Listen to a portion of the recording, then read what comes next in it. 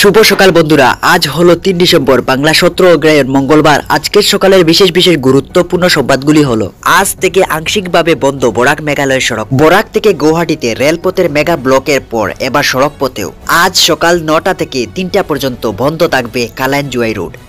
6 নং কালাইন মেঘালয়া রোডের কাজ আজ থেকে শুরু। আজ সকাল 9টা থেকে 3টা পর্যন্ত 6 ঘন্টার জন্য বন্ধ থাকবে গাড়ি চলাচল। রেলপথের পর এবার সড়ক পথেও সম্পূর্ণরূপে বন্ধ। বিস্তারিত থাকবে প্রতিবেদনে। বাংলাদেশে চলতে থাকা উত্তপ্ত পরিস্থিতিকে নিয়ে বাংলাদেশ এবং ভারত সরকারের নীরব ভূমিকাকে নিন্দা এবং ধিক্কার জানালো কাছাড় জেলা কংগ্রেস কমিটি।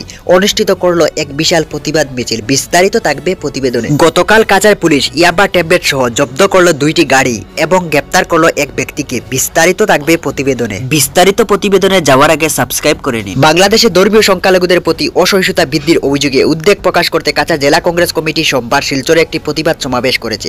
জেলা কংগ্রেসের সভাপতি অভিজিৎ পাল মিডিয়াকে সম্বোধন করে মোহাম্মদ ইউনূসের নেতৃত্বাধীন বাংলাদেশ অন্তর্বর্তী সরকার এবং ভারত সরকার উভয়েরই এই বিষয়ে তাদের নীরবতার জন্য সমালোচনা করেন। পাল দাবি করেছেন যে ইউনূসের নেতৃত্বাধীন অন্তর্বর্তী সরকার দায়িত্ব নেওয়ার পর থেকে বাংলাদেশ সংখ্যালঘুদের টার্গেট করার ঘটনা বেড়েছে। তিনি প্রশ্ন তুলেন, কেন প্রধানমন্ত্রী নরেন্দ্র মোদী এবং পররাষ্ট্রমন্ত্রী ডক্টর এস জয়শঙ্কর সহ ভারতীয় নেতারা এই বিষয়ে নীরব রয়েছেন। আমাদের প্রধানমন্ত্রী, যাকে প্রায়শই আন্তর্জাতিক বিষয়ে নিজেকে জড়িত করতে দেখা যায়, তিনি বাংলাদেশের হিন্দু সংখ্যালঘুদের কষ্টের কথা বলেননি। এই নীরবতা গ্রহণযোগ্য নয়, বললেন পাল।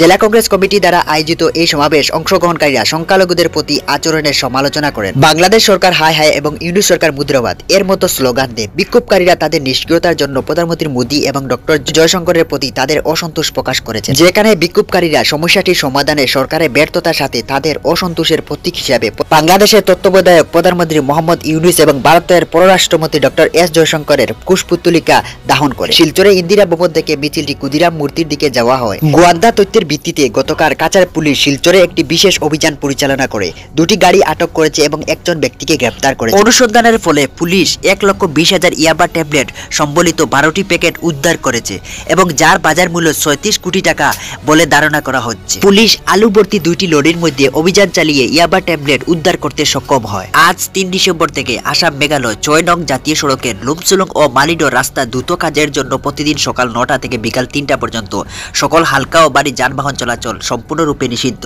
শুধুমাত্র জরুরি পরিষেবার ক্ষেত্রে নির্দিষ্ট বিভাগীয় অনুমতি সাপেক্ষে যাতায়াত অনুমোদিত। পরবর্তী নির্দেশ না আসা পর্যন্ত আদেশ বলবৎ থাকবে। মেঘালয়ের পূর্ব জয়ন্তিয়া হিলস জেলার জেলাশাসক এ সংক্রান্ত একটি বিজ্ঞপ্তি জারি করেছেন। পরবর্তী আপডেট পেতে সাবস্ক্রাইব করে রাখুন।